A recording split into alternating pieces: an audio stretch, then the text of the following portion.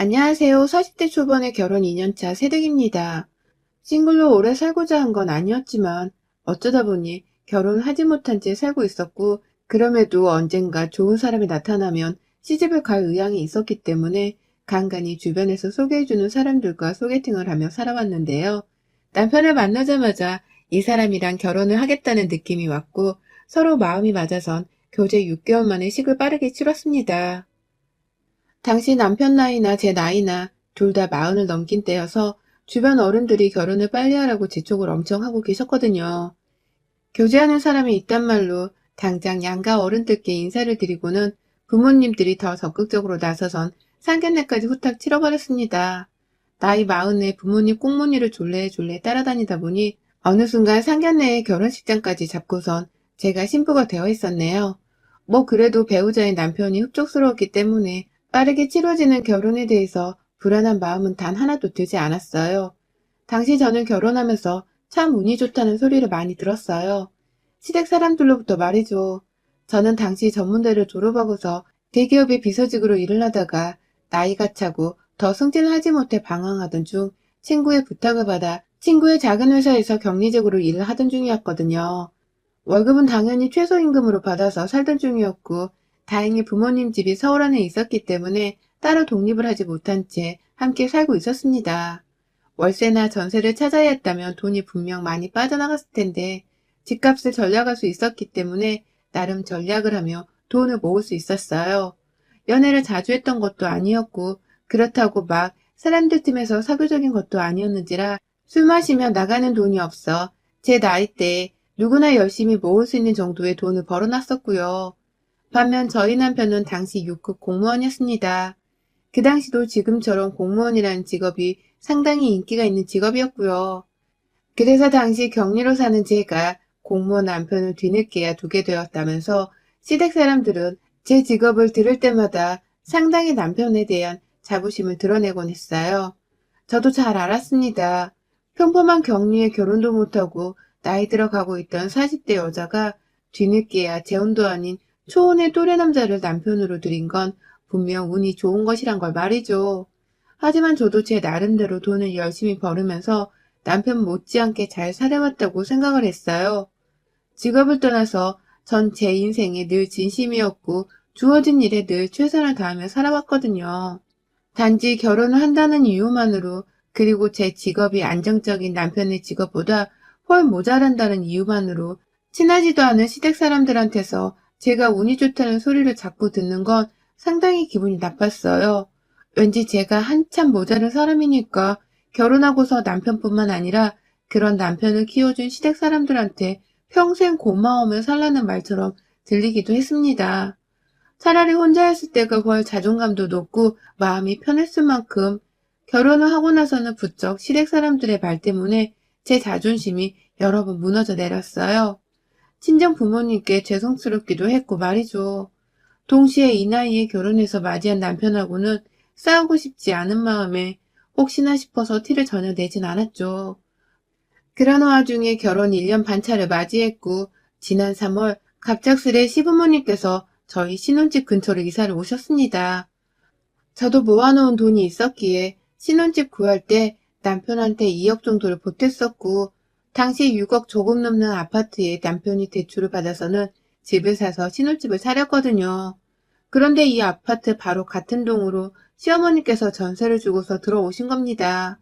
사시던 집은 다른 사람한테 전세를 내놓으면서까지 말입니다. 어쩐지 한 달 전부터 계속해서 니네 동네 어떠니? 거기 살기는 좋니? 내가 늦지막히까지 끼고 살던 아들을 장가 보내놓고 나니까 마음이 편치 못하구나. 눈만 감으면 우리 아들 잘 지내나 싶어서 생각나 죽겠어 아주. 라면서 우리 동네에 대해서 물어보고 본인 아들이 보고 싶다는 소리도 계속해서 했는데, 그게 다 이쪽으로 이사를 오기 위한 시어머니의 밑밥이었더라고요. 마음이 좀 불편하긴 했지만 당장에 큰 문제가 없었습니다.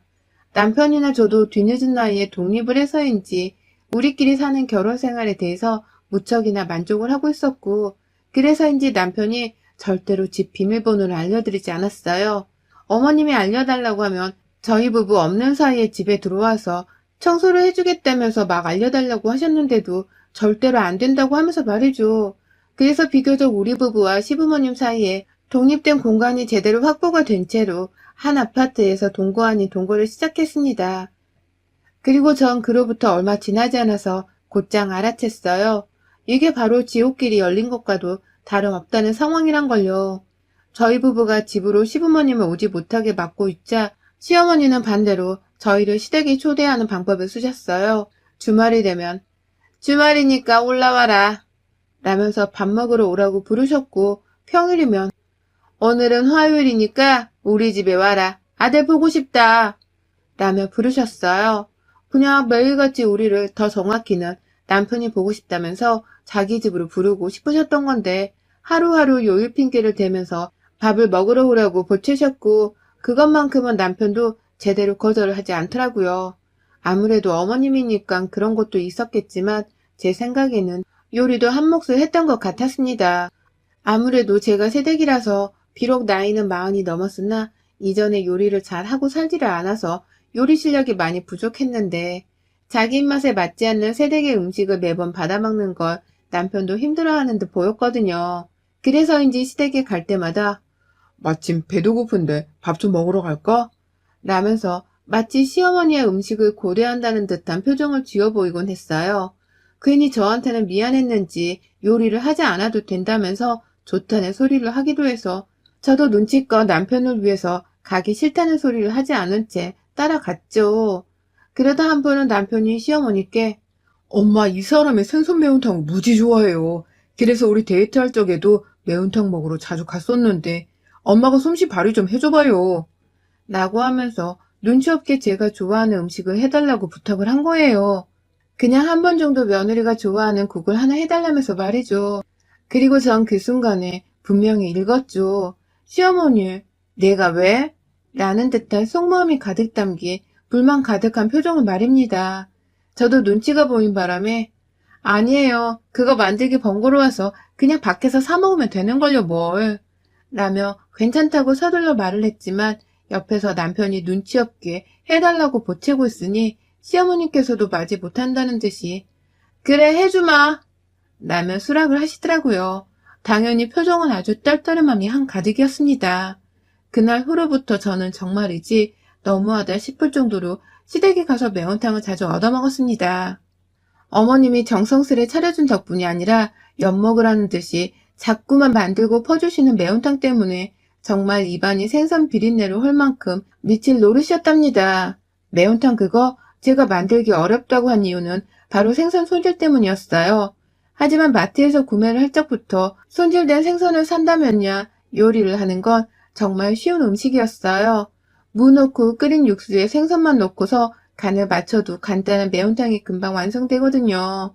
그걸 저도 좋아하는 음식이라면서 여러 번 인터넷에서 찾아서는 레시피 따라서 요리를 해본 적이 있어서 잘 알았고요.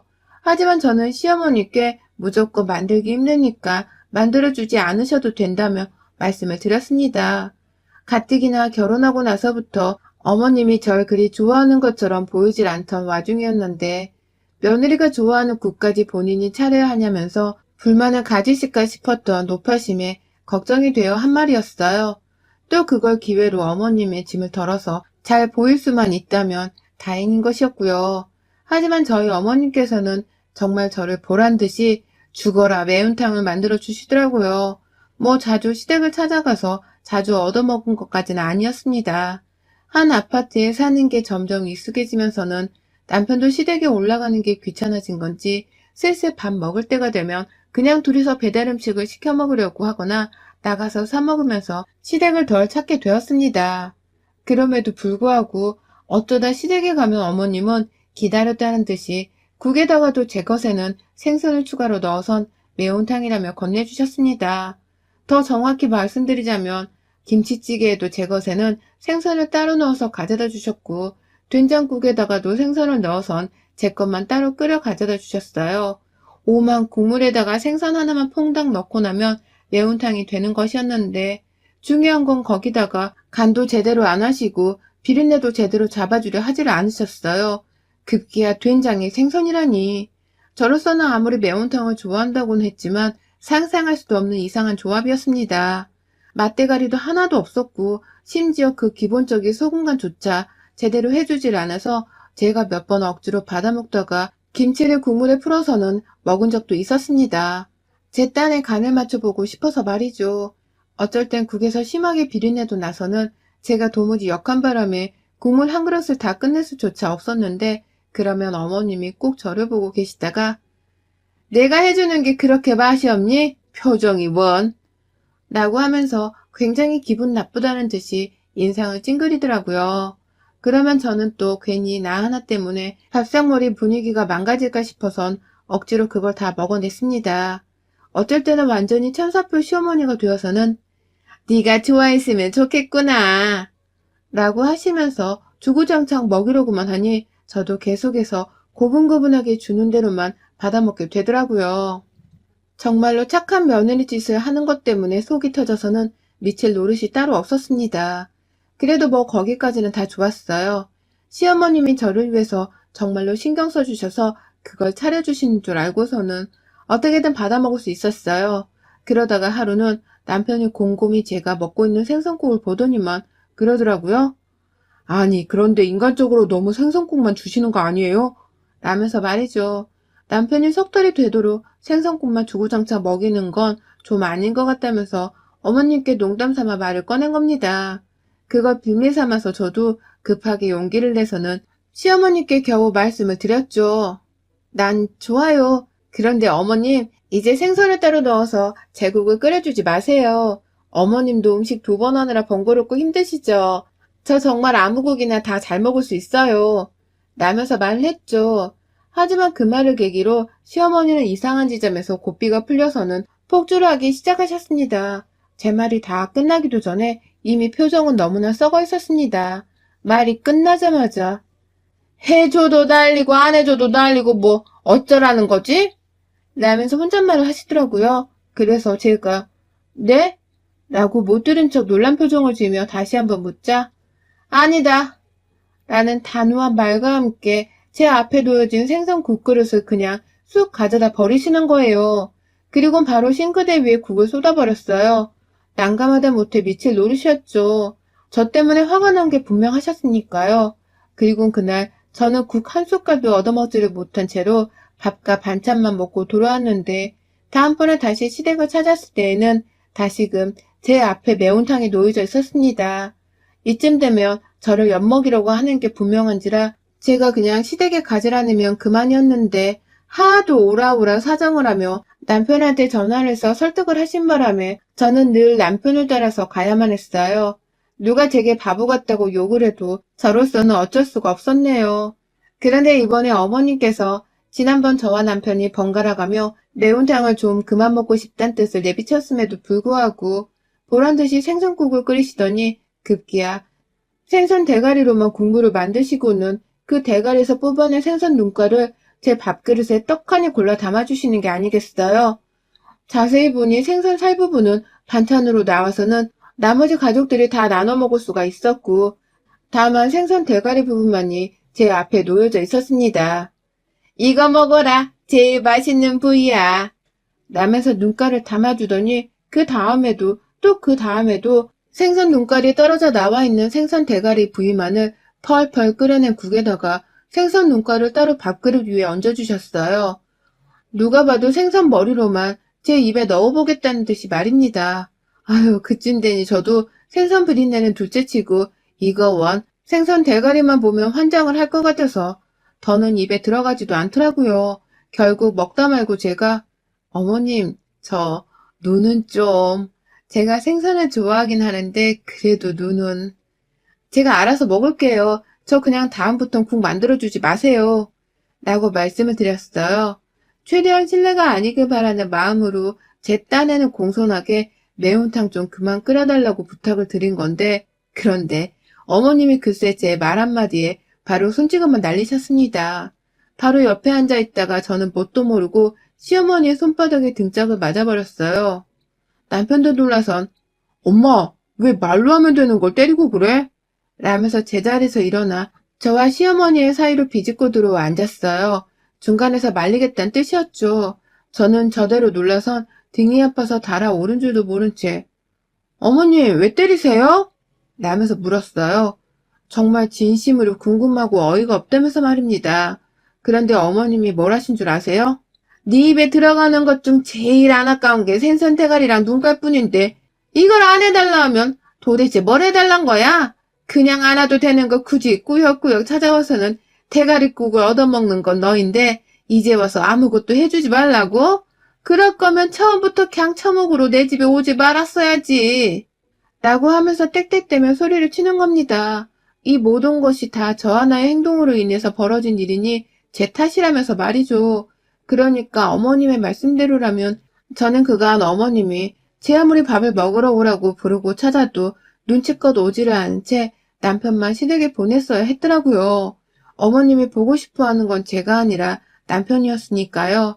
하지만 제가 꾸역꾸역 찾아와서는 밥을 얻어먹다가 급기야 남편이 제가 가장 좋아하는 음식을 해달라고 하며 저를 챙기니 그 모습에 셈이 나서는 지금과도 같은 만행을 저지르셨던 겁니다. 보란듯이 생선 대가리만 넣은 맛대가리 없는 생선국을 끓여주시는 걸로도 모자라서는 생선 논알을 직접 하다가 제 밥그릇 위에 얹어주면서 아주 비위를 상할 대로 상하라고 저주를 퍼붓고 있는 것이었죠. 전 그런 줄도 모르고 끝까지 저 좋아하는 음식을 해주시겠다는 줄로만 알고서는 그렇게 억지로 먹어대고 또 먹어대며 생선이 질리도록 입에 가져다 대고 있었으니 황망하고 허무하고 또 믿었던 도끼에 발등을 찍힌 것만 같아서 화가 치밀어 올랐습니다. 저보고 오지 말란 소리를 아무렇지 않게 뱉어내면서 모두 사람 마냥 취급을 하는 시어머니를 저는 절대로 윗사람으로 대접하면서 잘해드리고 싶은 마음은 없었어요. 그래서 그 자리에서 박차고 일어나서는 바로 현관으로 뛰쳐나갔습니다. 전쟁터에서 도망쳐 나오는 사람 마냥 뒤도 안 돌아보고 빨리 이 집 구석에서 벗어나야겠다면서 현관까지 나가 신발을 신으니 뒤에서 남편이 밥을 먹던 말고 저를 따라 나오려 했나 보더라고요. 그걸 시어머니는 절대 보낼 수 없다면서 어딜 가? 네가 대가리국을 다 처먹어야 내 아들도 밥을 다 먹고 갈 거 아니냐. 당장 안 돌아오니? 와서 이거나 빨리 먹어. 라며 소리를 치는데 진짜 저도 홧김에 빡 돌아서는 도로 시댁 안에 들어가서 그 국그릇 그리고 부엌 인덕션 위에 올려져 있던 남은 생선 국물이 든 냄비까지 훌훌 털어서는 싱크대 위에 버렸고 그도 모자라 더는 생선국을 해주지 말라면서 혹여나 냉장고 안에 생선이 또 들어있으면 그걸 다 버려버리겠다며 냉동실을 열었는데 세상에 만상에 저 진짜 그 순간 냉동실 앞에서 딱 냉동인간이 되어버렸어요. 이게 다 뭐야? 아우, 이게 다 뭐야? 라면서 막 말을 더듬어가며 남편을 불렀고 제 말에 남편도 놀라서는 막 부엌 안으로 달려 들어왔습니다. 그리고 남편도 이내 저를 따라서 와씨 진심 와 진짜 돌아버리겠네 라면서 개탄스러워 죽겠다는 듯 한숨을 마구 지어버렸습니다. 바로 그 냉동실 안에는 시어머니께서 생선집에 가서는 대가리만 잘라달라고 특별 주문이라도 한 건지 냉동이 되어 있는 생선 대가리들이 아주 바글바글하게 차 있었습니다. 생선이 다 뒤엉켜 얼려 있어서 하나하나 종류까지는 보진 못했지만 딱 봐도 눈이 박힌 생선 주둥이들이 달려있는 생선 대가리만 매장에서 싹 다 쓸어온 듯 보였어요. 그게 냉동실에 한 칸도 아니고 세 칸을 가득 채워서는 공간의 절반 정도를 차지하고 있는데 그 광경을 보니 저도 숨이 턱 막히더라고요. 이걸 다 며느리인 나를 엿먹이겠다면서 사왔을 생각을 하니 말입니다. 한두 푼도 아니었을 텐데 그 많은 돈을 써가면서까지 대가리들을 냉동실에 보관하면서 차곡차곡 저에게 줄 대가리국을 만들 상상을 하셨을 어머님을 생각하니 이건 뭐 제대로 충격적인 공포영화 하나를 본 심정이었어요. 그 정도로 말문이 막힌 것은 물론이고 더는 시어머니와 어떠한 대화조차 나누고 싶지 않을 정도로 온 정이 다 떨어졌죠. 시어머니의 표정은 저희 부부만큼이나 어두워졌고 아까처럼 저한테 쓴소리를 아무렇지 않게 하던 태도는 어디로 가고 이제 와서 본인의 치부를 들켜버린 것 마냥 어쩔 줄 몰라 하셨습니다. 나도 생선 좋아해! 라는 개소리를 변명이라고 짓거리면서 억지로 냉동실 문을 닫으려 하는데 저는 그 길로 시어머니의 어깨를 밀치며 뒤도 돌아보지 않은 채 시댁을 뛰쳐나왔어요. 제가 뭐라 하지 않더라도 적잖게 충격받은 남편이 어쩔 줄 모르며 제게 미안해하던 바람에 제 뒤에서 남편이 시모를 향해 마구 화를 내더라고요. 사람 하나 바보 만드는 것도 유분수지 이게 도대체 무슨 쪽팔린 짓이냐면서 말이죠. 졸지에 시어머니는 자기 아들로부터 평생을 용서받지 못할 못난 애미가 되어버리셨고 저는 그런 남편에게 좀 더 확실히 시모와의 관계를 끊게 하고자 눈물까지도 흘려줬습니다. 보통 같으면 진짜 열불이 나서 어떻게든 화를 냈을 텐데 꾹 참아가며 여기 채널의 다른 사연자분이 하셨던 방법이 떠올라서는 억지로 울면서 충혈된 눈을 보인 채 시댁을 뛰쳐나왔어요. 그런 저를 보며 남편은 제게 미안한 마음이 들었는지 시어머니를 더욱 매몰차게 욕을 하며 절 따라오더라고요. 그 후 저희 부부는 시부모로부터 당장 떨어져 살고 싶다는 그 이유 하나만으로 이사를 가겠다며 집을 내놓으려 했습니다. 시어머니가 먼저 남편에게 본인들이 집을 나가겠다고 하더군요. 전세 들어 살고 있는 집인데 계약까지 파기하면서 저로부터 멀리 도망치고 싶으셨나 보더라고요. 본인의 집으로 들켰으니 더 이상 며느리 얼굴을 마주볼 수도 없을 테고 말이죠. 그래서 그러라고 했습니다. 제발 멀리 떨어져 살면서 이젠 서로 얼굴 마주볼 일을 좀 만들지 말자며 저도 남편에게 가능한 빨리 좀 이사 가시라고 해. 라며 결혼하고서 처음으로 바락다운 발악을 하며 화를 냈고 남편도 할 말이 없는지 알겠다며 제 눈치를 살살 보더라고요. 그리고 저는 지금 이사를 2주 정도 앞둔 시부모가 꼴보기 싫어 출퇴근도 조심스럽게 하면서 아파트 밖을 절대로 돌아다니지 않고 있습니다. 거리에서 마주치기라도 하면 생선 대가리가 생각나서 토가 나올 것 같거든요. 그래서 조금은 불편하지만 앞으로의 2주 동안만이라도 집안에 꼭 붙어 있으면서 시부모와 거리를 둬보려고요. 이 늦은 나이에 결혼을 하고서 좋은 덕만 누리며 잘 살 줄 알았더니만 살다 살다 생선 대가리 한우를 별일을 다 겪어보네요. 여러분의 생각은 댓글로 남겨주세요. 오늘도 시청해주셔서 정말 감사합니다.